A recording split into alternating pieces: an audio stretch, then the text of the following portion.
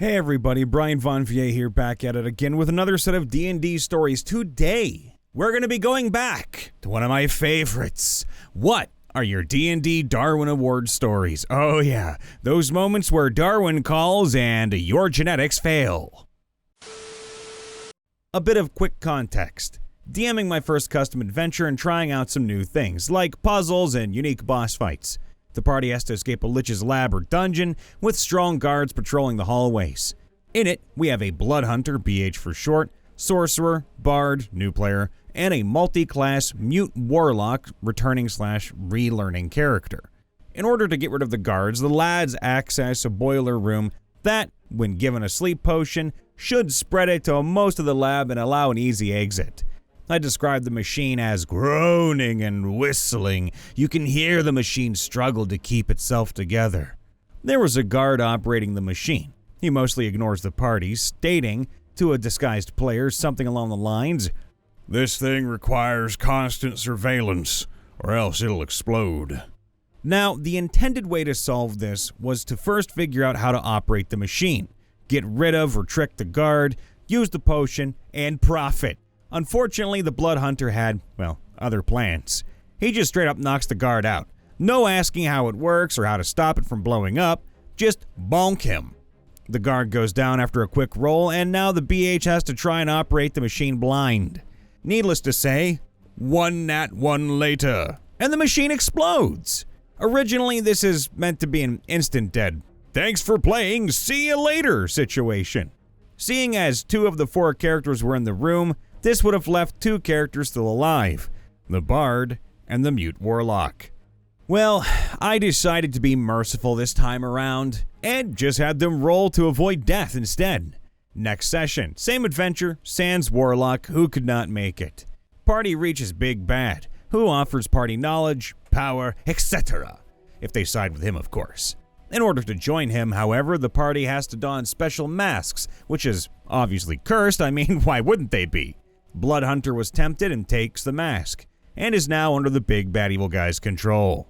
Boss fight begins. The Big Bad Evil Guy commands the Blood Hunter to attack the Sorcerer, nearly one-hitting the Sorcerer. Fast forward a bit, the party frees the BH, they defeat the Big Bad, so good game, right? Right? Tell me I'm right. Unfortunately, the Sorcerer, in a choice that still to this day confuses me, states, "I don't trust the Blood Hunter. He is a traitor," and attacks him. The same dude who was nearly one-shotted by the Blood Hunter is now attacking the Blood Hunter. After a boss fight, out of spell slots, low HP, in melee range of a BH who specializes in two-handed. I get the idea of RPing your character, my guy. I like the idea of there being some dynamic or interaction between player characters, but why? Not even a, "I move here then attack," just, "I attack." So, take a wild guess how that ended.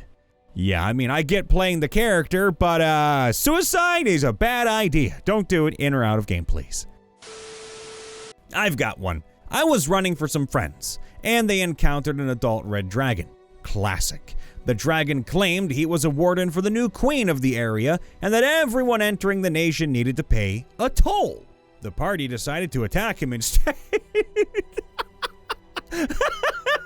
Screw your money, I'm just gonna beat your ass. And after a fearsome battle, the dragon was almost dead and decided to flee.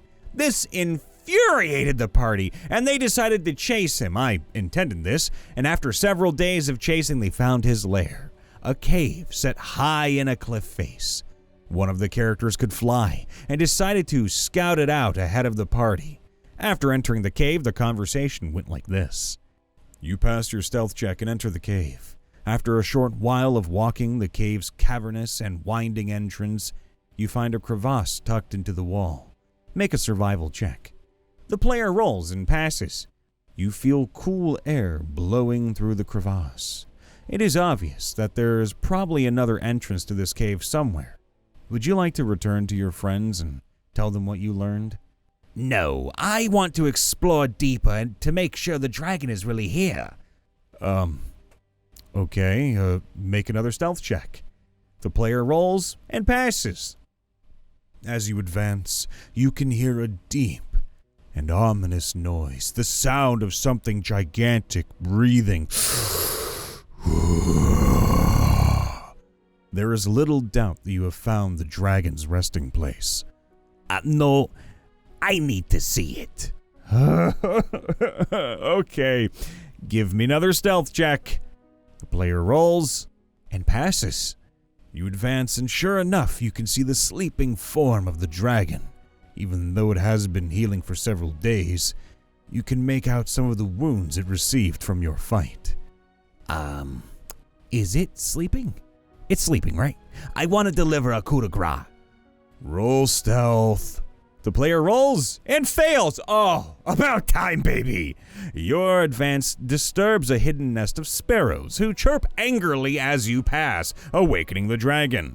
However, it seems that its deep slumber has left it bleary-eyed. You have a few seconds to escape before it sees you. No, I'm gonna charge it. Are you really sure you want to do that? It's been healing for several days now. Yeah, I do enough damage that it shouldn't matter. This player's an idiot. To her credit, she did do enough damage that the rest of the party was able to kill it with a single arrow. Still, a full attack from an adult red dragon was more than enough to completely obliterate her. And while I usually allow PCs a final word, I couldn't really justify it when I had just described her being ripped to bloody shreds only moments before. That's a Darwin Award in a knuckle shell right there. I was running a Pathfinder 1 game for the Pathfinder Society, PFS. I was running an adventure that had spread from levels 1 through 7. The party wanted to play up as if they played against the higher challenges, they got better gold, and access to better items on their certificate. With the loudest player wanting this, being a level 4 fighter. They get to the end of the adventure and face an undead on a boat tied to a dock. Now, if they were, playing the mid-level version of the adventure, I think the undead was aghast. But since they were playing the level 7 version, it was a specter. In Pathfinder, specters drain 2 levels per hit. If you run out of levels, well, time to roll up a new character. So, the level 4 fighter runs up to the specter, swings his non-magic sword, and does no damage, due to non-magical damage immunity. The specter goes and drains 2 levels. The party was telling the level 4, now 2, fighter to flee, hop off the ship, and run down the dock. It gets to his turn and he runs into the hold of the ship, taking a double move.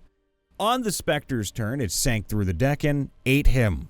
The party eventually killed the specter and the spawn created from the now dead player. Being low level in a PFS game, it was a permadeath. And that's how I got a reputation of a killer GM in my area. I have another one from Pathfinder 1st Edition, but this was not a PFS story but my home game. The party was mid-level and were going after a mad scientist, meaning an alchemist or shuriken. The arcane trickster wizard rogue sneaks into his lab, and while he's in there, the party gets into a fight. The alchemist starts to head out when the arcane trickster, not assassin, decides he's going to melee attack the alchemist to take him out, Johnny. Yeah, unless you're an assassin, you don't one-shot the big bad evil guy. The alchemist backs up and unleashes every bomb attack, and he used frost bombs. So the rogue ended up like Ivan at the end of Goldeneye. The rogue even joked, "But I didn't say, I am invincible!"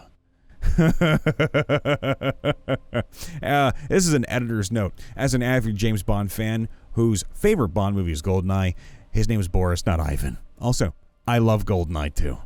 After he got resurrected, he realized that the power of an arcane trickster in Pathfinder 1st Edition was getting sneak attacks with spells. And he became the scariest, deadliest rogue he's made yet.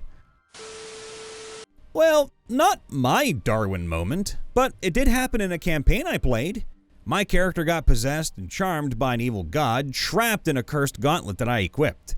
When the barbarian of the group realized it was the gauntlet, he yanked it off me and immediately failed his saving throw, becoming charmed by it as well.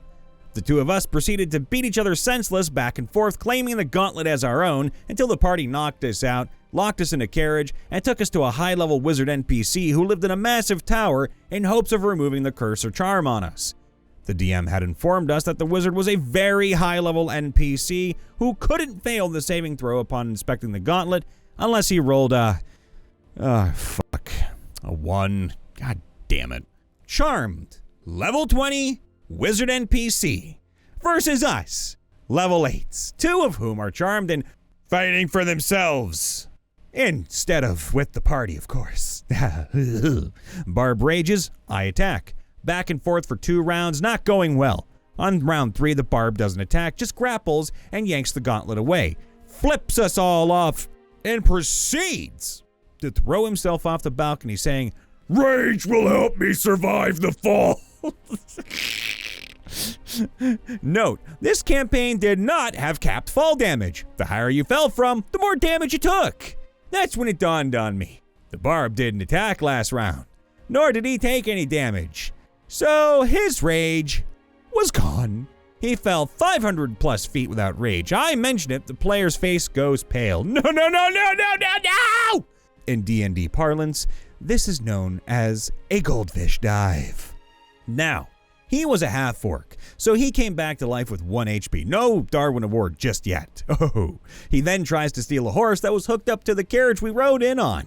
Forgetting our trusty carriage drivers traps the horse with runes to prevent theft. It was pointed out numerous times during the campaign. Kaboom! Dead half-orc. No coming back this time, and he's well over 500 feet away from the party, so we ain't getting to him anytime soon. No time for Revivify. Goodbye there, Sonny Chim.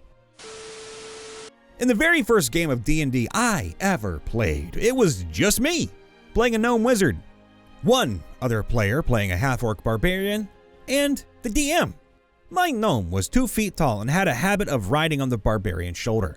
And since we didn't have a rogue to pick locks, my half-orc friend usually just smashed open anything with a lock, especially treasure chests.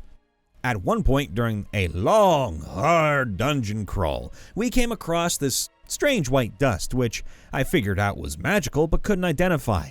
We decided to bag it up to identify it later and promptly forgot about it. The DM, however, did not forget about it. A few sessions later, while trying to rescue some missing children from an evil cult, we found the cult's treasure stash. And, of course, there was a big old treasure chest. Up to this point, we hadn't encountered a single trap, because we didn't have the ability to check for or disarm them. But when the barbarian smashed open the chest, he was told to roll a dex save. Failed. And took a spring-loaded axe directly between the eyes. This caused my wizard to fall off his shoulder and spill the bag of unidentified dust. Get this, it turns out that the dust was the sands of time. Now, we're stuck in an infinite loop of him getting axe murdered and me spilling the bag until I roll a high enough dex save to keep the bag from spilling.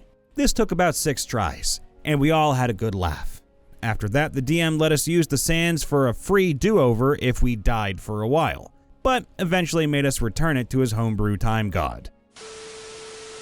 Hey everybody, Brian Von VA checking in after the vid. Please make sure to leave a like, subscribe, ring that bell, and of course, if you've got a Darwin story that you want to talk about, please put it in the comments below.